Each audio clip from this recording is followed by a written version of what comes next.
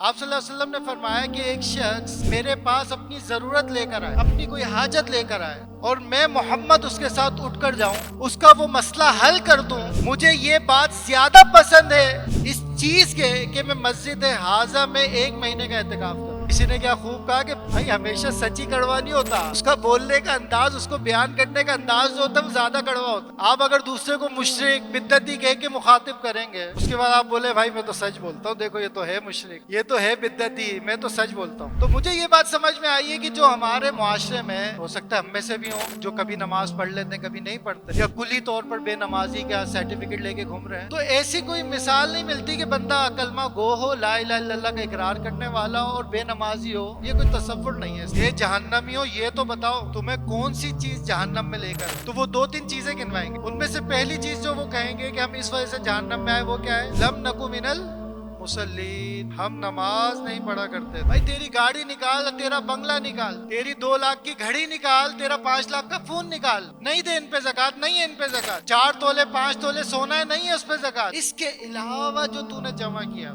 اس کے علاوہ جو تیرے استعمال میں نہیں ہے، اس کے علاوہ جو تو نے جمع کیا، اس پہ سے 2.5% دے دے۔ باپ اپنے لیے کماتا ہے، بیٹا اپنے لیے کماتا ہے، ماں اپنے لیے کماتی ہے، بیٹی اپنے لیے کماتی ہے۔ یہ ماحول دیکھا ہے ہم نے۔ تو یہ تو الحمدللہ اسلام کا حسن ہے کہ اس نے آپ کو اجتماعی زندگی گزارنے کا فیملی سسٹم اس نے آپ کو دیا ہے، ماں باپ کی عزت اکرام، ان کی کفالت، یہ ساری ذمہ داریاں آپ کو دی ہیں۔ باہر تو ایسا نہیں ہے۔ تو الحمدللہ اسلام نے ہمیں یہ چیز سکھائی کہ جو بندہ مومن ہے یہ دوسرے مومن بندے کا مددگار ہوگا، اس کا دوست ہوگا، اس کا ہمدرد ہوگا، اس کے مسئلے کو اپنا مسئلہ سمجھے گا۔ یہ سب سے بڑی بات ہے۔ آپ علیہ الصلوۃ والسلام نے فرمایا المسلم اخو المسلم، مسلمان مسلمان کا بھائی ہے، لا یظلمہ، یہ اس پر ظلم نہیں کرتا، زیادتی نہیں کرتا، ولا یسلمہ، اور نہ ہی اس کو ایسی چھوڑ دیتا، بے یار و مددگار بھی نہیں چھوڑتا۔ اتنی بات کلیئر ہے؟ یعنی ہمیں احساس کرنا پڑے گا دوسرے مسلمان کا، اگر بندہ مومن والی صفات چاہیے تو اس کو اکیلے نہیں چھوڑنا کہ that's not my problem, that's not my issue, that's not my headache, میرا سر درد نہیں ہے، تیری پریشانی ہے تو خود دیکھ۔ جس نبی کے ہم ماننے والے نا، ان کا میں آپ کو ایک واقعہ بیان کرتا ہوں صلی اللہ علیہ وسلم۔ آپ صلی اللہ علیہ وسلم نے فرمایا کہ ایک شخص میرے پاس اپنی ضرورت لے کر آئے، اپنی کوئی حاجت لے کر آئے اور میں محمد اس کے ساتھ اٹھ کر جاؤں، اس کا وہ مسئلہ حل کر دوں، مجھے یہ بات زیادہ پسند ہے اس چیز کے کہ میں مسجد حاضہ میں 1 مہینے کا اعتکاف کروں۔ کون سی مسجد؟ مسجد نبوی، جہاں ہم سارے جانے کا خواب رکھتے ہیں، ہم سب کے جانے کی چاہت ہے۔ اس مسجد کی حیثیت اللہ کے نبی بیان کر رہے ہیں کہ اس مسجد میں 1 مہینہ میں اعتکاف کروں، اس سے زیادہ مجھے پسندیدہ کیا ہے کہ کسی ایک مسلمان کی مدد کے لیے اٹھ کے جاؤں اور اس کا مسئلہ حل کر دوں۔ اصل میں ہمیں پتہ ہی نہیں ہے کہ ایک دوسرے کی عزت، احترام، اکرام کس قدر اسلام کے اندر ضروری طے کیا گیا کہ بندہ مومن کی عزت کتنی عظیم ہے۔ تو فرمایا کہ بندہ مسلمان دوسرے مسلمان کا بھائی ہے، نہ ظلم زیادتی کرتا ہے اور نہ اس کو بے یار و مددگار چھوڑتا ہے، اس کی مدد کرتا ہے۔ آپ صلی اللہ علیہ وسلم نے ایک اور جگہ فرمایا انصر اخاک ظالما او مظلوما، اپنے بھائی کی مدد کر، چاہے وہ ظالم ہو یا مظلوم ہو، چاہے ظالم ہو یا مظلوم ہو۔ یعنی آپ نے یہ دیکھنا ہے مسلمان ہے، مد مقابل آپ نے کھڑے ہو جانا ہے، چاہے وہ زیادتی کر رہا ہو، ظالم ہو یا مظلوم ہو۔ یہ معنی ہے اس کا، یہ معنی نہیں ہے اس کا۔ اسلام تو خود آپ کو عدل کا، انصاف کا حکم دیتا ہے۔ اس کا معنی کیا تھا؟ صحابہ نے سمجھا اس کو۔ صحابہ نے کہا یہ تو پتہ ہے کہ ہمیں کہ اگر مظلوم ہوگا تو مدد کرنی ہے، لیکن ظالم ہے تو مدد کیوں کریں اور کیسے کریں؟ تو آپ نے فرمایا کہ اس کو ظلم سے روکنا یہ اس کی مدد ہے. اگر ایک مسلمان آپ کے سامنے ظلم کر رہا ہے کسی پر، زیادتی کر رہا ہے کسی کے ساتھ، تو آپ اس کی مدد کریں. اور وہ مدد کیسے ہوگی کہ اس کو ظلم سے روکیں. آج دیکھیں نا ایسے واقعات ہمارے سامنے آتے ہیں کہ قرضے کا معاملہ ہے یا لین دین کا معاملہ ہے، کاروبار کا معاملہ ہے، ایک مسلمان دوسرے پر ظلم کر رہا ہے، زیادتی کر رہا ہے، اور اللہ نے یہ قوت پاور آپ کو دی ہوئی ہے کہ آپ چاہیں تو اس کو اس ظلم سے روک سکتے ہیں. کیا خیال ہے؟ آتے ہیں نا زندگی میں ایسے مواقع کہ ہمارے سامنے کوئی مسلمان دوسرے پر زیادتی کر رہا ہوتا ہے، اور آپ ایک جملہ کہیں گے یا آپ ایک فون کریں گے، آپ ایک میسج کریں گے تو وہ اس ظلم سے رک سکتا ہے. تو آپ کو اس کو روکنا چاہیے. آپ صلی اللہ علیہ وسلم نے ایک جگہ فرمایا من استطاع منکم ان ينفع اخاہ، تم میں سے جو اس چیز کی استطاعت رکھتا ہے کہ اپنے مسلمان کو فائدہ پہنچا سکے، مسلمان بھائی کو فائدہ پہنچا سکے، فلیفعل، تو ایسے شخص کو چاہیے کہ وہ ضرور فائدہ پہنچائے دوسرے مسلمان. اللہ اکبر کبیر.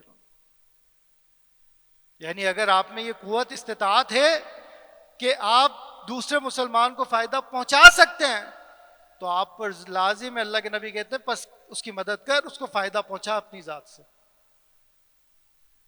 آج ہم دیکھیں نا، ٹھیک ہے مہنگائی ہے، پریشانیاں ہیں، میری بھی ہیں، آپ کی بھی ہیں، لیکن کئی جگہ نا میں سمجھتا ہوں ضرور ایسے مواقع آتے ہیں کہ آپ کو بہت زیادہ اپنا ٹائم نہیں لگانا پڑتا، آپ کو اپنا مال نہیں لگانا پڑتا، آپ کو ذرا سی دوسرے بندے کو توجہ دلانی پڑتی ہے اور اس کا وہ کام ہو جاتا ہے. اللہ نے آپ کو ایسا وقار دیا ہوتا ہے، آپ کو ایسی حیثیت دی ہوتی ہے، تو آپ کو ضرور دوسرے مسلمان کو فائدہ پہنچانا چاہیے.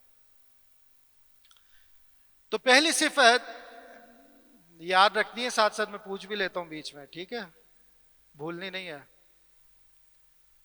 تو پہلی صفت کیا بیان کر دی؟ کیا کی؟ ہاں، مومن جو ہوگا اس کی پہلی صفت کیا بیان کی اس آیت میں؟ کہ وہ دوسرے مومن کی مدد کرتا ہے، اس کو بے یار و مددگار نہیں چھوڑتا. دوسری صفت بیان کی وَيَأْمُرُونَ بِالْمَعْرُوفِ. بندہ مومن کی جو دوسری صفت بیان کی کہ یہ نیکی کا حکم بھی دیتا ہے.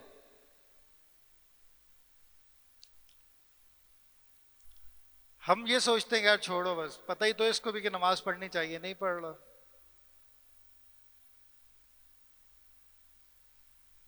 تو میرے بھائی یہ بہت بڑی ہمدردی ہے مسلمان کے ساتھ کہ آپ اس کو نیکی کی طرف یاد دہانی کروائیں. اچھا، دوسری چیز کہ ہمارے ذمہ تو کوشش ہوتی ہے، نتائج تو اللہ کے ہاتھ میں ہے. اگر آپ کے ذریعے سے اللہ نے کسی کو ہدایت دینی ہوگی تو وہ دے دے گا، آپ کی ذمہ تو صرف کوشش ہے.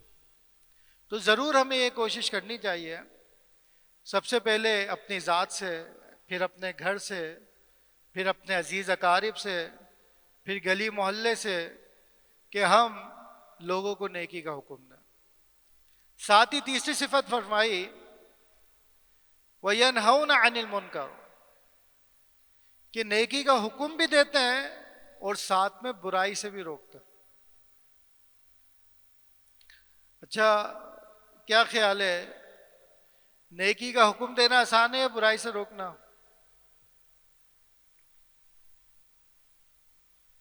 ہے روکنا آسان ہے، مشکل ہے. سب کی یہی رائے ہے؟ کیا رائے ہے آپ کی؟ برائی سے روکنا آسان ہے. طائف میں پتھر پڑ گئے تھے اللہ کے نبی علیہ السلام کو. اچھا میرے بھائی، یہاں پہ ایک اور نقطہ آپ سمجھیں کہ بالکل ٹھیک ہے کہ برائی سے روکنا یہ قدر مشکل ہے. آپ کو نا حکمت سیکھنی پڑے گی، گفتگو کرنے کا طریقہ کار سیکھنا پڑے گا. اکثر لوگ آپ نے دیکھا ہوگا وہ بولتے ہیں بھائی میں تو صاف گو ہوں، اسٹریٹ فارورڈ ہوں، اور سچ تو کڑوا ہی ہوتا ہے. کسی نے کیا خوب کہا کہ بھائی ہمیشہ سچ ہی کڑوا نہیں ہوتا، اس کا بولنے کا انداز، اس کو بیان کرنے کا انداز جو ہوتا ہے وہ زیادہ کڑوا ہوتا ہے. آپ اگر دوسرے کو مشرک بدعتی کہہ کے مخاطب کریں گے، اس کے بعد آپ بولے بھائی میں تو سچ بولتا ہوں، دیکھو یہ تو ہے مشرک، یہ تو ہے بدعتی، میں تو سچ بولتا ہوں، تو بھائی پھر آپ دعوت فی الحال نہ دیں، آپ کو طریقہ کار سیکھنا پڑے گا. آپ کو لوگوں کو قریب کرنے کا، مثبت طریقے سے ان کو بات سمجھانے کا آپ کو فن سیکھنا پڑے گا، پھر آپ یہ دعوت تبلیغ کا کام کریں. تو الغرض دوسری صفت کہ نیکی کا حکم بھی دیں. یہاں پہ ایک اور نقطہ ہے کہ ہم میں سے کئی اس وجہ سے ہم کسی کو نیکی کا حکم نہیں دیتے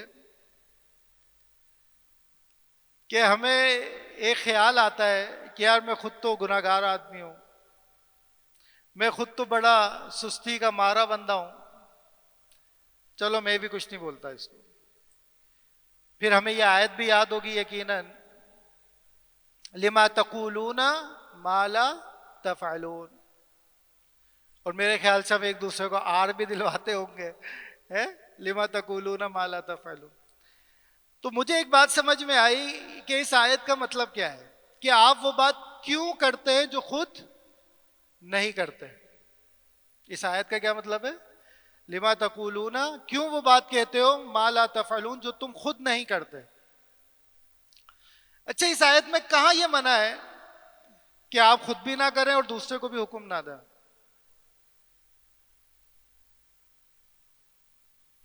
اس آیت کو عام طور پہ ہم اس انداز سے سمجھتے ہیں کہ یار خود نہیں کر رہے نا تو دوسرے کو بھی نہ بولو. اگر اس کا معنی ہم یہ کر لیں کہ یار اگر آپ خود نہیں کر رہے نا تو آپ لوگوں کو بھی کہیں اور خود بھی کریں، یہ معنی کیوں نہیں لیتے ہم اس کا؟ یاد رکھیں کہ شیطان نا مختلف بندوں کے پاس مختلف وسوسے لے کر آتا ہے.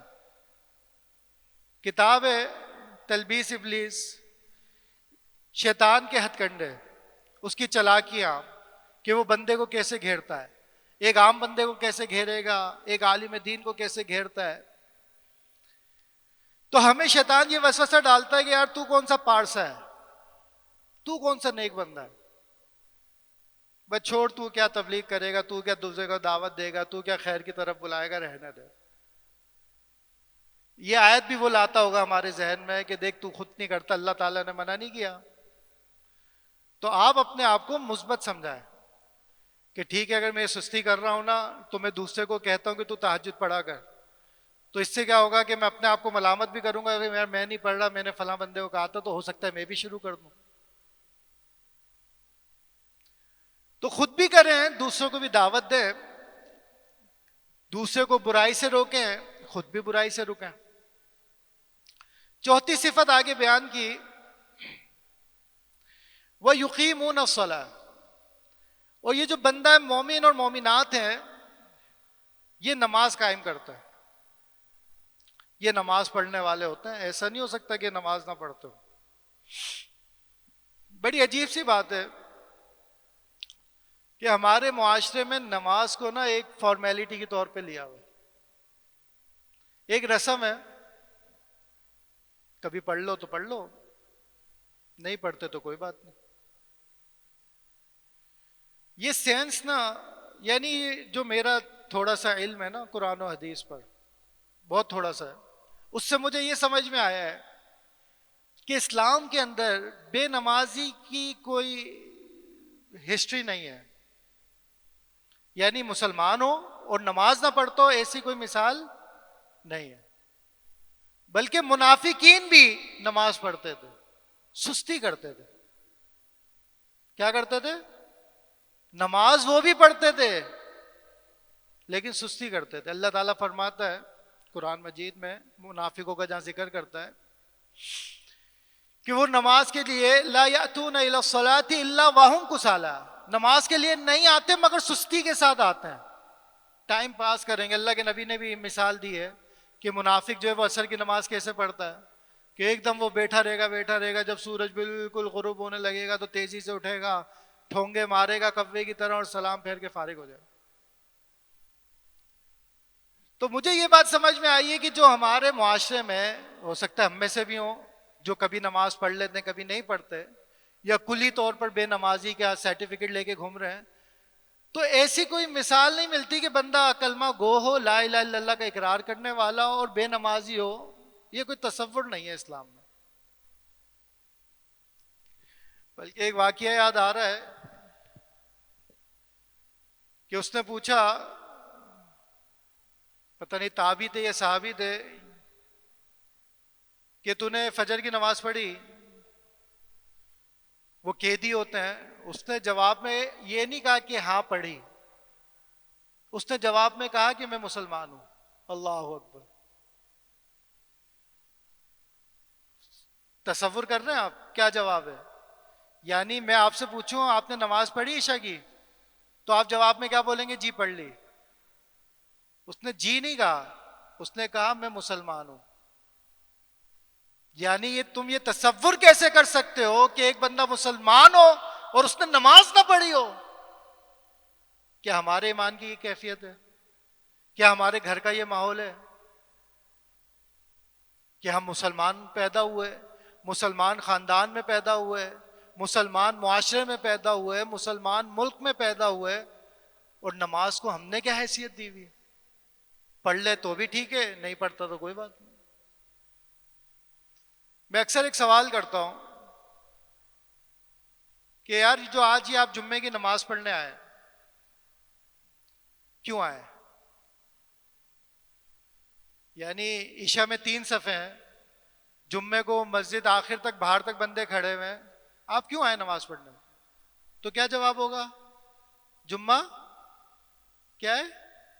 فرض ہے. ٹھیک ہو گیا، بہت اچھی بات کہی آپ نے. وہ جو کل جمعرات کی آپ نے عشاء نہیں پڑھی وہ کیا تھی؟ وہ جو صبح آپ نے فجر نہیں پڑھی، جمعے کی فجر نہیں پڑھی، وہ کیوں نہیں چھوڑی آپ نے؟ وہ کیا تھی؟ اب کیا جواب ہے؟ کیا جواب ہے؟ بھائی فرض ہے نا، بولے وہ بھی فرض ہے. تو بھائی وہ فرض چھوڑ کے یہ فرض ادا کرنے کیوں آئے آپ؟ یعنی شیطان نے کیسا بہکایا ہمیں. چلے میں وجہ بھی بتاتا ہوں آپ کو وہ جمعہ پڑھنے کیوں آیا. آپ لوگ شریف آدمی، آپ کو پتہ ہی نہیں ہے، میں بتا دیتا ہوں. وہ جمعہ اس لیے پڑھنے آیا ہے کیونکہ جب وہ چھوٹا تھا نا تو اس کے ابا بڑا ڈانٹتے تھے، جمعہ نہیں پڑھا تو نے.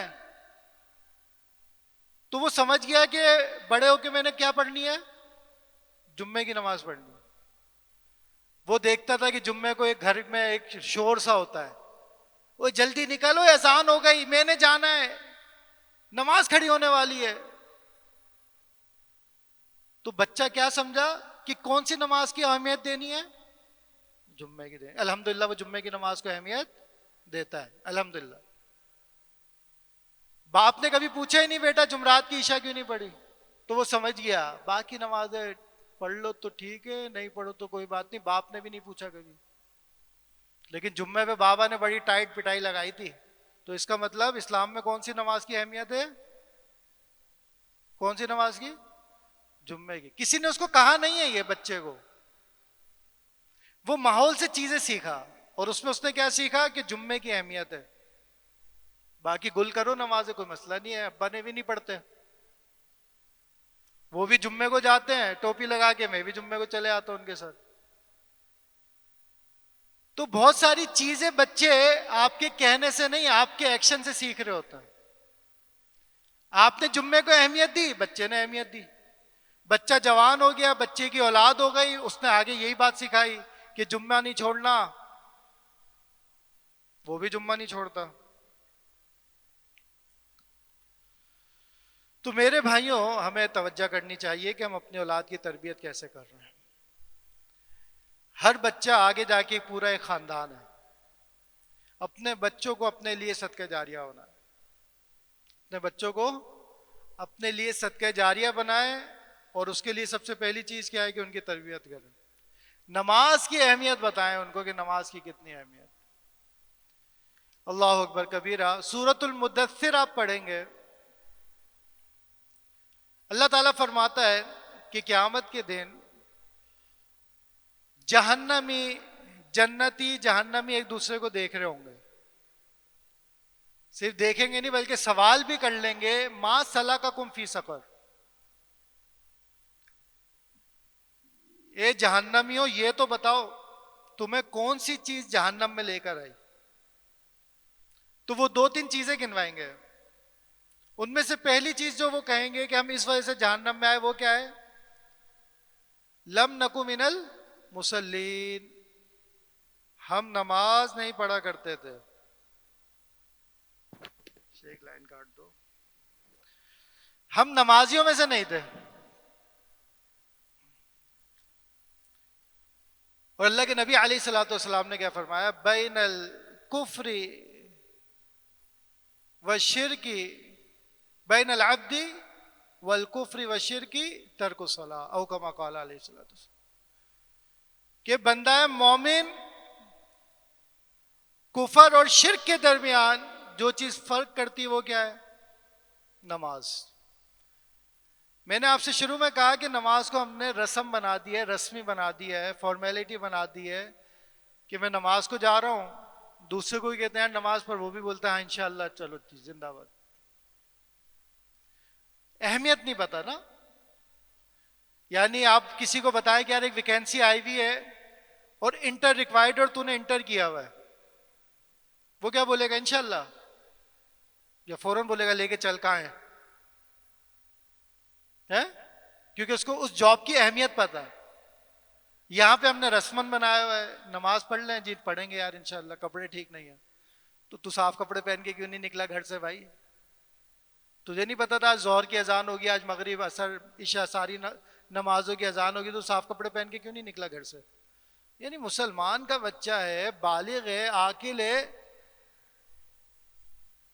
چلے اگلی بات میں کر دیتا ہوں اور آسان کرنے کے لیے، کہ اس شخص نے نماز نہیں پڑھنی جو پاگل ہے، مجنون ہے. تو معاشرے میں اب جو نماز نہیں پڑھ رہا نا، یا تو وہ بالغ نہیں ہے، یا پھر وہ عاقل نہیں ہے، یعنی مجنون ہے، پاگل ہے. بالغ پہ بھی فرض نہیں ہے نماز، اور مجنون پہ بھی نہیں ہے. تیسرا کسی کو حیض آتا ہو تو اس پہ بھی فرض نہیں ہے نا. حائضہ عورت پہ فرض نہیں ہے، تو یہ نماز کیوں نہیں پڑھ رہا؟ وجہ تو پوچھیں. یعنی بالکل عجیب سی بات ہے کہ بالغ بندہ، بالغ مسلمان ہے، اور وہ نماز نہیں پڑھتا. تو میرے بھائیوں، صرف اعتکاف کے دنوں میں نہیں یا رمضان میں نہیں، پورے سال 5 نمازیں آپ کے اوپر فرض ہیں. آپ نے کسی بھی صورت نہیں چھوڑنی، اور مسجد میں ادا کرنی ہے. کہاں کرنی ہے؟ مسجد میں. گھر میں بھی نہ کریں، اللہ کہ کوئی بہت ہی آپ کے ساتھ کوئی شرعی عذر ہے. ٹھیک ہے، یہاں تو بڑے بڑے فتوے لیے گئے کہ میں بزرگ ہو گیا ہوں، میری 70 سال عمر ہے، اور بس کبھی بوجھل ہوتی ہے طبیعت، گھر میں پڑھ لوں. تو اللہ کے نبی کی سیرت سے مفتی صاحب نے جواب دیا کہ اللہ کے نبی تو اس وقت تک بھی مسجد آئے جب ان سے چلا نہیں جا رہا تھا، اور 2 بندوں کے کندھوں پہ سہارا لے کر پاؤں اٹھایا نہیں جا رہا، اور چل لیں تو یوں لکیریں بن رہی ہیں پاؤں سے. یعنی اس سے اگر بری کنڈیشن ہے نا آپ کی، پھر آپ گھر میں پڑھنا. با جماعت نماز کی اہمیت سمجھیں کہ اللہ کے نبی پہ اس قدر سخت مرض ہے، آپ سے چلا نہیں جا رہا، آپ کو 2 صحابی کندھوں پہ اٹھاتے ہیں اور آپ کے پیر سے یوں رگڑ کے نشان بنتے ہوئے جا رہے. تو محترم بھائیو، اللہ نے ہمیں صحت بھی دی ہوئی ہے، ہمیں جوانی بھی دی ہوئی ہے، ہمیں عقل بھی دی ہوئی ہے. تو نماز انشاءاللہ ہم نے پڑھنی ہے، اور با جماعت مسجد میں پڑھنی ہے انشاءاللہ. کتنی صفات بیان کر دیں، بھول تو نہیں رہے؟ پہلی کون سی تھی؟ آپس میں مددگار ہوتے ہیں. دوسری صفت نیکی کا حکم دیتے ہیں. تیسری صفت برائی سے روکتے ہیں. چوتھی صفت نماز قائم کرتے ہیں. اور 5ویں صفت ابھی بیان کریں گے انشاءاللہ. وَيُؤْتُونَ الزَّكَاةَ، اور یہ مومن بندے اور مومن عورتیں جو ہیں یہ زکوٰۃ بھی ادا کرتے ہیں. زکوٰۃ کو اتنا ایشو لوگوں نے بنایا ہوا ہے، پتہ نہیں نعوذ باللہ وہ کیا سمجھتے ہیں کہ پتہ نہیں اسلام نے ہمارے ساتھ کتنی بڑی زیادتی کی ہے کہ وہ زکوٰۃ ادا نہیں کرنا چاہتے اور اس کو گھماتے ہیں بات کو. وہ کیسے؟ یعنی یہ ہیلے بہانے معاشرے میں موجود ہیں. میں تو صرف سمجھانے کے لیے مثال دے رہا ہوں. آپ جانتے ہیں کہ جی آپ کی زکوٰۃ بنتی ہے، وہ بولتے ہیں میری زکوٰۃ کہاں بنتی ہے، جی آپ کے پاس اللہ نے مال دیا ہوا ہے، وہ تو بیگم کے نام ہے، وہ کل ہی اس نے بیگم کے نام کیا. اچھا چلیں بیگم کی بنتی ہوگی، بیگم کی کیسے بنے گی، اس کے پاس تو کل آیا مال. اور زکوٰۃ کب بنتی ہے؟ سال گزرنے پر. کیا سمجھ آیا؟ اچھا تو پھر کب آئے آپ کے پاس زکوٰۃ لینے؟ کبھی نہیں آ سکو گے، کیونکہ جب اگلا سال آنے لگے گا بیگم سے پھر میرے پاس آ جائے گا، پھر میرے پاس سے پھر بیگم کے پاس چلا جائے گا، تو تم ڈھونڈتے ہی رہ جاؤ کب ملے گی تمہیں زکوٰۃ. میرے بھائیوں کس کو دھوکہ دینا چاہ رہے ہیں نا؟ اس اللہ کو نعوذ باللہ دھوکہ دینا چاہ رہے ہیں. انہ علیم بذات الصدور، جو سینوں کے بھید جانتا ہے. یعنی ابھی آپ نے سوچا ہے، سوچنے سے پہلے ہی چلے اللہ کے علم میں تھا. آپ کے سینے کے اندر جو سازش بن رہی ہے، آپ کے سینے کے اندر جو ارادہ بن رہا ہے، اللہ کے سب علم کے اندر. تو آپ اس کو دھوکہ دے رہے ہیں کہ آپ یوں مال کو ہیرا پھیری کر رہے ہیں. پھر دوسری چیز، یہ شیطان ہمیں بہکاتا ہے کہ آپ پتہ ہی تیرا کتنا مال چلا جائے گا. زکوٰۃ ہے کتنی؟ بھائی آپ 10 کروڑ کے مکان میں رہتے ہیں نا، نہیں ہے آپ پہ زکوٰۃ. اس 10 کروڑ کی نہیں دینی آپ نے زکوٰۃ. 2 کروڑ کی گاڑی ہے آپ کے پاس، اس پہ بھی زکوٰۃ نہیں دینی آپ نے. 5 لاکھ کا فون ہے، اس پہ بھی زکوٰۃ نہیں دینی آپ نے. تو یہ شیطان نے آپ کو دکھایا ہے کہ پتہ نہیں یار کہ کتنا نعوذ باللہ آپ کے ساتھ ظلم کیا ہے اسلام نے، آپ سے کتنا مال آپ سے لیا جا رہا ہے. بات سمجھ میں آ رہی ہے؟ بھائی تیری گاڑی نکال، تیرا بنگلہ نکال، تیری 2 لاکھ کی گھڑی نکال، تیرا 5 لاکھ کا فون نکال، نہیں دے ان پہ زکوٰۃ، نہیں ہے ان پہ زکوٰۃ. 4 تولے 5 تولے سونا ہے، نہیں ہے اس پہ زکوٰۃ. اس کے علاوہ جو تو نے جمع کیا ہوا، اس کے علاوہ جو تیرے استعمال میں نہیں ہے، اس کے علاوہ جو تو نے جمع کیا ہوا، اس پہ سے 2.5% دے دے. یعنی اگر ایک بندے کے کل اثاثہ جات 1 ارب کے ہیں تو کیا 1 ارب کا 2.5% دے گا وہ؟ نہیں. اس میں پتہ نہیں اس کا بنگلہ کتنے کا ہے، اس کی گاڑی کتنے کی ہے، اس کی دوسری تیسری موٹر سائیکل کتنے کی ہے. ساری چیزیں نکالنے کے بعد جو 30 کروڑ بنتے ہوں گے، جو 40 کروڑ بنتے ہوں گے، اس پہ 2.5% مانگو. یاد رکھیں جو شخص زکوٰۃ نہیں دیتا بڑی سخت وعید ہے اس کے لیے. کہ اللہ کے نبی علیہ الصلوۃ والسلام نے فرمایا کہ جو شخص مال کا زکوٰۃ نہیں دیتا، وہ مال قیامت کے دن گنجے سانپ کی صورت میں اس کے سامنے آئے گا، اور اس کے سر پر 2 نشان بھی ہوں گے. یہ دہشت، اتنا خطرناک سانپ ازدہا ہوگا، اور وہ اس کی گردن سے چپٹ جائے گا، اس کے جبڑے چیرے گا اور کہے گا کہ میں تیرا مال ہوں جس کو تو جمع کیا کرتا تھا. قرآن مجید میں بھی سورہ توبہ کے اندر بھی ذکر ہے کہ وہ لوگ جو مال جمع کرتے ہیں اور اللہ کی راہ میں خرچ نہیں کرتے، وہ مال گرم کر کے ان کو لگایا جائے گا. اور پھر دوسری چیز آپ کو ایک فطری، ایک اصولی بات سمجھنی پڑے گی کہ آپ کا جو مال ہے اس میں سے آپ کا کتنا ہے، جس کے لیے آپ یہ ساری سزائیں جو آپ حرام کما رہے ہیں، جو آپ رشوت کا مال جمع کر رہے ہیں، اس میں سے آپ کتنا کھائیں گے، کتنا استعمال کریں گے. باقی تو آپ پیچھے وارثوں کے لیے چھوڑ دیں گے نا، اور ان کی ساری جو آپ نے گندا مال جمع کیا ہے ان کو تو آپ عیاشی میں چھوڑ دیں گے، اور اس کے بدلے کی ساری سزا آپ مرنے کے بعد حاصل کر رہے ہو. تو بہت ہی بے وقوفی کا سودا ہے کہ آپ بچوں کی اپنی اولاد کے لیے آپ حرام مال جمع کرنا ہے, ان کی عیاشی کا سامان چھوڑ کے جا رہے ہیں, اور جو ابدی زندگی ہے اپنے لیے وہ خراب کر رہے ہیں. تو یہ کوئی عقل مند فیصلہ نہیں ہے. رمضان میں تو دے سکتے ہیں ایڈوانس, 1 مہینہ پہلے دے دیں, لیکن شوال سے اگلا مہینہ نہیں کر سکتے آپ. بات سمجھنا, ڈیو نہیں کرنی, یعنی چڑھانی نہیں ہے زکات. پہلے تو دے سکتے ہیں ایڈوانس, لیکن اس کو تاخیر اس کے اندر نہیں کر سکتے, وقت پہ دینی ہے آپ. دوسرا, زکات کا مال آپ کا نہیں, آپ کو یہ سمجھنا پڑے گا. مثال کے طور پہ 5 لاکھ روپے آپ کے پاس جمع تھے, 1 سال اس پہ گزر گیا ہے. اب اس 5 میں سے جو 2.5% ہے نا, وہ مال آپ کا نہیں ہے, ٹائم پورا ہو گیا. آپ اس کے مالک بن کے گھوم رہے ہیں, مالک نہیں ہے, آپ فوراً نکالیں, دیں, جو حقدار ہیں ان کو پہنچائیں. یہاں لوگوں نے عجیب ترتیب بنائی ہوئی ہوتی ہے, اس کو پورا سال کاٹ کے رکھ دیتا, اس کو تھوڑا سا اب دیں گے, تھوڑا سا تب. بھائی آپ کا مال ہی نہیں, آپ کا مال وہ بقایا, اس میں سے جیسے مرضی خرچ کریں آپ. یہ تو آپ نکالیں, اتاریں, اس کو علیحدہ کریں فوراً. باقی جو اصل مال آپ کے پاس بچا ہوا ہے, اس کو جیسے مرضی آپ خرچ کریں. ہر مہینے 1000 دیں, ہر مہینے 2000 روپے دیں, اس کو جیسے مرضی آپ کریں.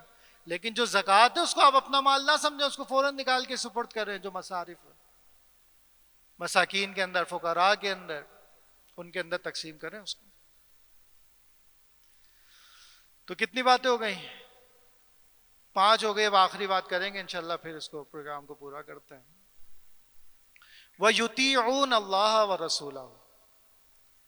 چھٹی صفت بیان کی کہ مومن بندے اور مومنات جو ہیں یہ اطاعت کرتی ہیں, فرما بردار ہیں یہ اللہ اور اس کے رسول کی. یہ اللہ اور اس کے رسول کے احکامات کی نافرمانی نہیں کرتے, یہ اس پر عمل کرنے کی کوشش کرتے ہیں, سنتوں کی پابندی کرتے ہیں. ان کو بس پتہ چل جائے کہ اس کام کو اللہ اور اس کے رسول نے اس طریقے سے کرنے کو کہا ہے, تو بس یہ فوراً اسی طریقے سے کرنے کی کوشش کرتے ہیں. آپ کو اس سے پہلے نا, یہ اطاعت سمجھنے سے پہلے آپ کو یہ سمجھنا پڑے گا کہ قرآن مجید جو کتاب ہے یہ شریعت ہے. شریعت کہتے ہیں رولز اینڈ ریگولیشنز, لا. یہ قانون کی کتاب ہے کہ آپ نے زندگی کیسے گزارنی. اگر آپ کے مسلمانوں میں سے کوئی یہ کام کرے گا تو اس کو سزا یہ دی جائے گی, اگر یہ کام کرے گا تو اس کو سزا یہ دی جائے گی. آپ نے نماز کو یوں کرنا ہے, آپ نے زکوٰۃ یوں دینی ہے, اور یہ ساری آپ کی جو 24 گھنٹے ہیں, جتنے سال آپ کی عمر ہے, اس کو پورا گزارنے کا ایک نظام دیا ہوا ہے, جس کو ہم حیث القوم ہم نے صرف قرات کے لیے بنا دیا ہے, تلاوت کرو, زندگی اپنی مرضی سے گزارو. تو زندگی جو ہے وہ اللہ اور اس کے رسول کی اطاعت اور فرما برداری میں گزارنی ہے, من مانی نہیں. سوشل میڈیا پہ یہ ٹرینڈ آ گیا تو ایسا لباس پہن لو, سوشل میڈیا پہ داڑھی کا یہ اسٹائل آ گیا تو ایسی بنا لو, یہ نہیں. جب آپ نے کلمہ لا الہ الا اللہ محمد رسول اللہ صلی اللہ علیہ وسلم کا اقرار کر لیا, اب یہ 24 گھنٹے آپ اسلام کے پابند ہیں. اب ایسا نہیں ہوگا میرا دل کر رہا ہے تو میں 5 وقت کی نماز تو پڑھتا ہوں, لیکن میں ناچ بھی لوں, میں تھوڑے سے ڈھمکے بھی لگا لوں, میری تو شادی پہلی دفعہ ہو رہی ہے. تو ایسا نہیں ہے میرے بھائیوں. آپ دیکھیں آج ہمارے معاشرے میں جو مسلم شادیاں ہیں, میں اکثر یہ بات کہتا ہوں کہ اگر نکاح کی تقریب نہ ہونا تو پتہ نہیں چلتا کہ مسلمان کی شادی تھی یا کسی ہندو کی شادی تھی. ڈھول تاشے, مہندی, اپٹن, مائیو, ساری وہ فضول رسومات جو ہندوؤں سے اخذ کی ہیں ہم نے, جو ہندوؤں سے اڈاپٹ کی ہیں ہم نے, وہ ساری رسمیں آج ہم مسلمان کرتے. پھر ہم کہتے ہیں شادی مشکل ہو گئی. شادی تو مشکل نہیں ہے, اسلام میں تو شادی مشکل نہیں ہے.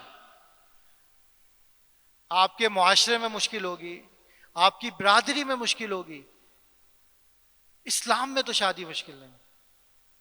کیا خیال ہے؟ تو اگر آپ اللہ اور اس کے رسول کی اطاعت اور فرما بردار کریں گے، دنیا بھی آپ کے لیے آسان ہو جائے گی. بہت سارے خرافات سے بچ جائیں گے، اور دنیاوی مشکلات سے تو بچیں گے، لیکن اللہ اور اس کے رسول کی فرما برداری کی وجہ سے آخرت کی جو پریشانی ہے اس سے بھی انشاءاللہ بچ جائیں گے. سنت ایک بڑا مسئلہ ہے ہمارا. ہم آپس میں یہ ڈسکس کرتے ہیں کہ سنت ہی تو یہ چھوڑ دو. کیا خیال ہے؟ سنا ہے نا یہ جملہ؟ سنت تو یہ چھوڑ دے. جو میرے چھوٹا سا علم ہے، صحابہ کرام ہر اس کام کو کرنے کی کوشش کرتے تھے جس کا ان کو پتہ چل جائے کہ یہ کام سنت ہے، اس کو کرنے کی کوشش کرتے تھے. اور آج ہم ہر اس کام کو چھوڑنے کی کوشش کرتے ہیں جس کا ہمیں پتہ چل جائے اچھا یہ فرض نہیں ہے، سنت ہے، چلو جی چھوڑ دو. تو یہ بہت بڑا ڈفرینس ہے ہم میں اور صحابہ کرام کے اندر. اللہ اکبر کبیرہ. اللہ کے نبی علیہ الصلوۃ والسلام نے یہ فرما برداری سمجھا، اللہ اور اس کے رسول کی فرما برداری. اللہ کے نبی علیہ الصلوۃ والسلام نے نماز پڑھائی. آپ کو پتا ہوگا کہ جوتوں کے اندر چپلوں میں نماز پڑھنا جائز عمل ہے.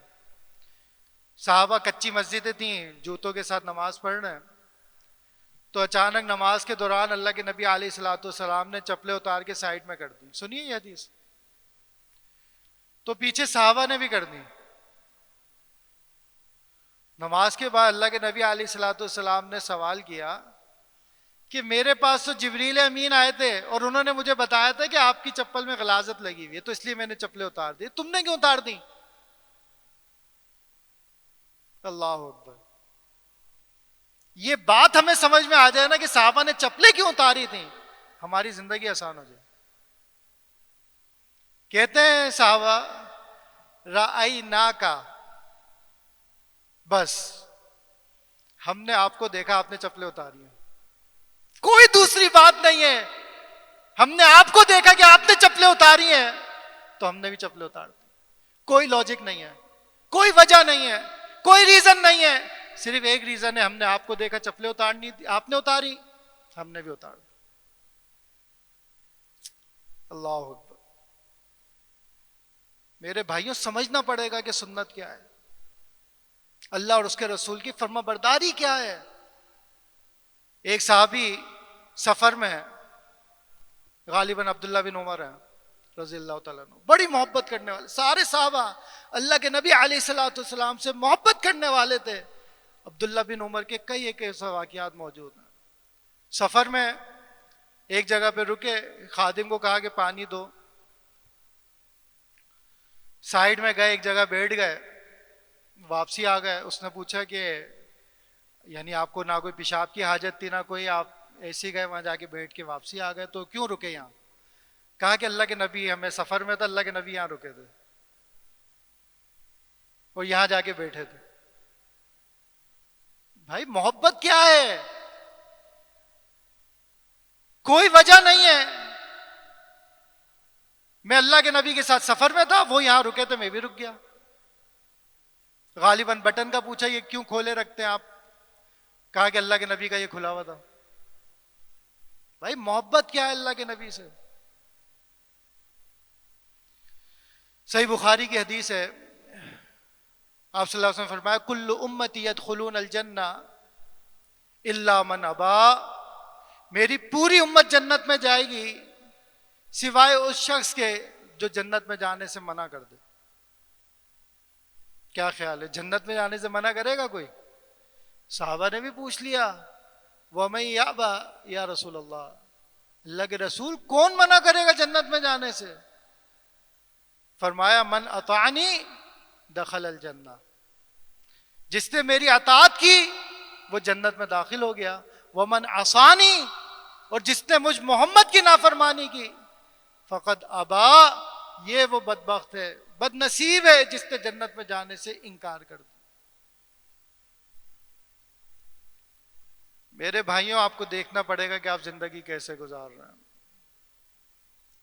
اگر آپ کی زندگی، آپ کی سوچ میں اگر یہ بات بیٹھ جائے نا کہ مجھے یہ بتاؤ کہ اس معاملے کو اللہ کے نبی نے کیسے کیا تھا، میں بھی ویسے کروں گا بس، پھر چاہے مد مقابل پوری برادری کیوں نہ ہو،